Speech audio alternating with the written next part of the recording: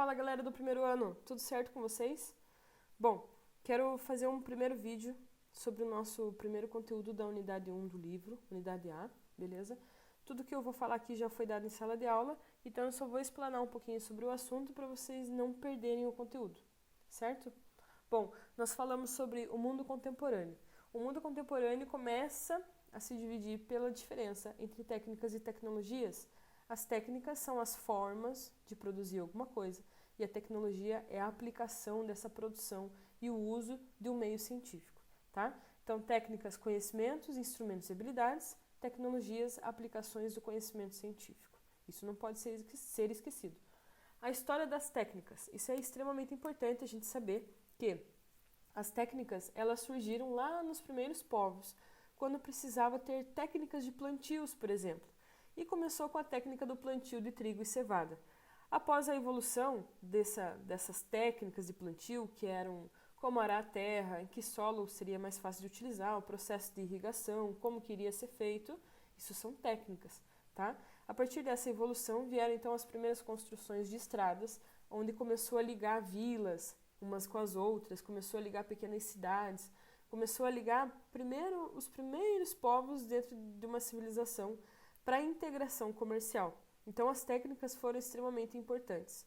Uma das grandes partes assim da evolução da técnica é a Revolução Industrial. A primeira Revolução Industrial veio com a Revolução das Técnicas. Lembra da manufatura para maquinofatura? Manual para máquinas? Então, isso veio na primeira Revolução Industrial, ok? A primeira Revolução Industrial foi responsável pela emergência do meio técnico, ou seja, pela concentração industrial, pelos campos agrícolas, pelas cidades, pela infraestrutura. Começou então a separar esses campos, esses processos dentro de uma cidade. Por exemplo, bem antigamente, lá no começo da evolução técnica, não existiam indústrias. Então as cidades eram basicamente os campos agrícolas. E a partir da primeira Revolução Industrial, isso começou a ser mais organizado. Teve lugares para concentrações industriais e lugares para campos agrícolas. E diversas cidades com infraestrutura diferente. Professor, o que é infraestrutura? Infraestrutura é toda aquela estrutura que um cidadão precisa, ou seja, saneamento básico, iluminação pública, asfalto e assim por diante, certo? Estão vendo aquela imagem ali?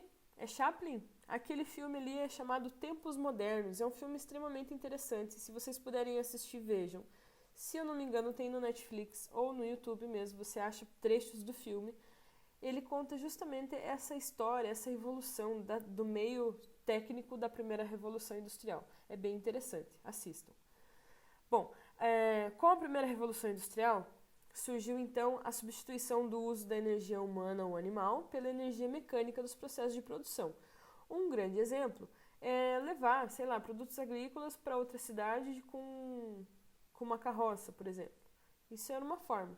E daí, com a primeira Revolução Industrial, veio a Maria-Fumaça, tá? A queima do carvão. Então, começou a evoluir esses processos de produção, tá? Com essa revolução dos transportes, começou a crescer o comércio internacional, ou seja, a ligação de países entre a área comercial, trocas de produtos e também de informações. Aqui que começou o processo informacional. Esse processo abriu as portas para a formação da economia mundo com redes intermodais. Lembra o que eram redes intermodais? Redes intermodais são as hidrovias, as rodovias, as ferrovias, as aerovias. Ou seja, a evolução desse processo de meio de transporte que levam pessoas e produtos, certo? Reduzir os custos de deslocamento de mercadorias e pessoas, acelerando as riquezas. Não esqueçam que as riquezas são extremamente importantes, porque são esses os públicos, ou público-alvo, ou no caso, o objetivo dessa revolução é sempre obter riquezas e evolução para as pessoas, certo?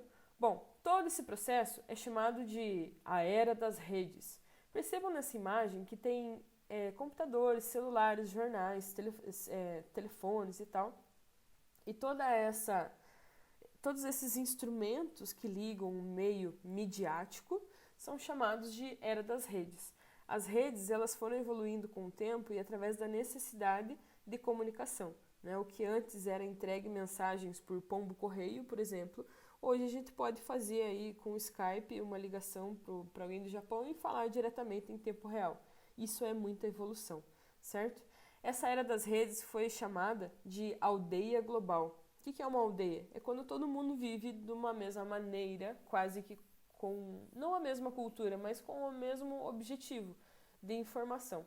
Então é uma grande comunidade que compartilham produtos, informações, costumes e visões do mundo, certo? Quem deu esse nome de aldeia global foi um tal cara chamado Marshall. O meio é a mensagem, ou seja, mais importante que os meios de comunicação, o uso desses meios afetam de maneira profunda o modo em que como vivemos. Vocês acham que o meio de comunicação afeta a nossa vida? Será?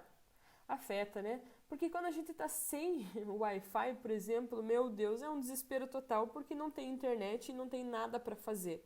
Se não tiver televisão, então, meu Deus do céu, aí morre de vez.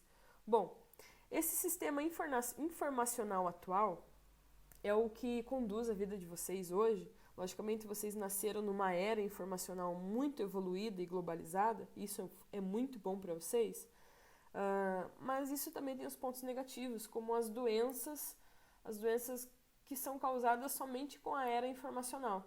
Ou seja, a dependência de jogos eletrônicos, a dependência de celulares, de redes sociais, a dependência de saber o que está acontecendo no mundo, de saber o que o outro lá postou no Facebook. Isso tudo são doenças depressivas e dependências que foram causadas somente com essa era informacional, certo? Bom, em 1940, o filósofo Theodor Adorno criticou o sistema de produtos veiculados pelos novos meios de comunicação em massa, criando o conceito de indústria cultural. Ou seja, o tal do Theodor Adorno disse que todo esse processo de evolução midiático iria causar uma indústria cultural, ou seja, a mídia ia ser responsável pela cultura. Vocês acham que isso é correto? Será que a mídia influencia realmente na cultura? Totalmente, né? Se a mídia não influenciasse na cultura, a televisão ia ser quase que educativa, e não esses programas que passam hoje, como Zorra Total, Big Brother e assim por diante. Desculpem aqueles que curtem esses tipos de programa, mas é uma cultura um pouco pobre, né? Ter essa visão assim de que a Rede Globo influencia na massa, por exemplo. Tenho certeza que sim. Bom, isso então é chamado de indústria cultural. Outro fato assim de exemplo que eu posso dar para vocês é quando passam as propagandas de liquidação, Black Friday, ou quando passa, corra lá pro Condor, compre minha gente, que mesmo com crise vocês precisam comprar. Isso se chama obsolescência, ou seja, a submissão do consumidor ao poder das grandes indústrias. Vocês acham que vocês têm essa submissão ao poder das indústrias? Vocês acham que sim ou acham que não? Pensem, se passar uma propaganda com uma oferta de algo que você quer muito, você vai correndo comprar. E é isso que acontece, e é isso que faz a obsolescência programada, ou seja, a obsolescência é esse fato de você querer comprar mais do que você precisa, porque você viu na propaganda ou porque você necessita estar inserido no mundo. Se você tem coisas, você está inserido. Se você não tem celular, você não está inserido. Se você não tem internet, você não está inserido. Se você não tem um computador, você não está inserido. Então, atualmente, isso virou, sim, uma indústria cultural. Acaba sendo status você ter coisas e não ser alguém, né? Bom, infelizmente é assim. A riqueza das redes. A riqueza das redes vieram junto com a revolução tecnocientífica. Essa revolução tecnocientífica ela só se deu por causa da revolução da informação. Ou seja, precisou-se de indústrias para produzir os aparelhos midiáticos, né? Precisou de uma indústria para transformar, para produzir um celular, por exemplo, né? Veio com a revolução da informação na descoberta de novos materiais e de novas tecnologias de geração de energia.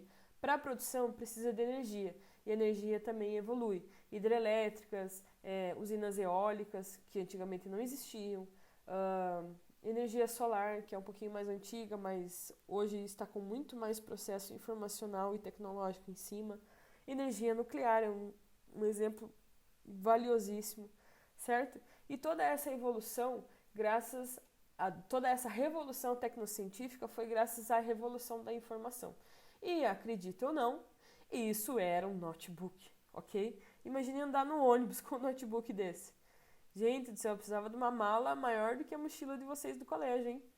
Pensem, deveria ser muito pesado esse tipo de notebook, hein? Então isso é a revolução e evolução da informação. As grandes empresas que nasceram com a revolução tecnocientífica estão ligadas à informática e às telecomunicações. Logicamente, né? Com a revolução da informação vieram junto então a revolução da informática e das telecomunicações, para evoluir os computadores e os celulares, certo? O meio tecnocientífico caracteriza-se pelo predomínio das finanças e da transferência de capitais e informações por meios de rede de comunicação e de alta tecnologia. Precisa de cabos de fibra ótica, satélites de comunicação e computadores. Porém, seu conteúdo é imaterial, ou seja, a internet é um processo imaterial, não tem como a gente pegar a internet, né? Outro exemplo é a nuvem. Quando a gente guarda fotos, contatos, mensagens na nuvem, a nuvem é um processo imaterial, não tem como a gente pegar a nuvem de conteúdos e ter para você guardar, não existe, né? Bom, essas redes é um sistema integrado de fluxos. Olha que linda essa imagem com as redes de fluxos, tá? O que são fluxos? São os caminhos da rede, ou seja, os caminhos da internet, dos processos de mídia e assim por diante. Certo? Entendido o conteúdo até aqui, eu dei um resumo, uma explanação bem objetiva mesmo do que a gente viu em sala de aula. Esse vídeo vai servir mesmo para vocês retomarem o conteúdo e principalmente estudarem para a prova e nunca mais esquecerem as diferenças das técnicas e tecnologias, revoluções industriais, toda a evolução tecnocientífica, redes intermodais, tudo está aqui no vídeo, certo? Para quem ainda não fez, página 20 e 21 do livro, no caderno, beleza?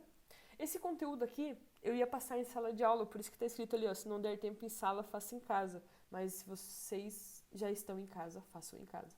Beleza? Espero ter ajudado vocês. Se tiverem alguma dúvida, alguma coisa, perguntem para mim em sala. Beijo, amo vocês.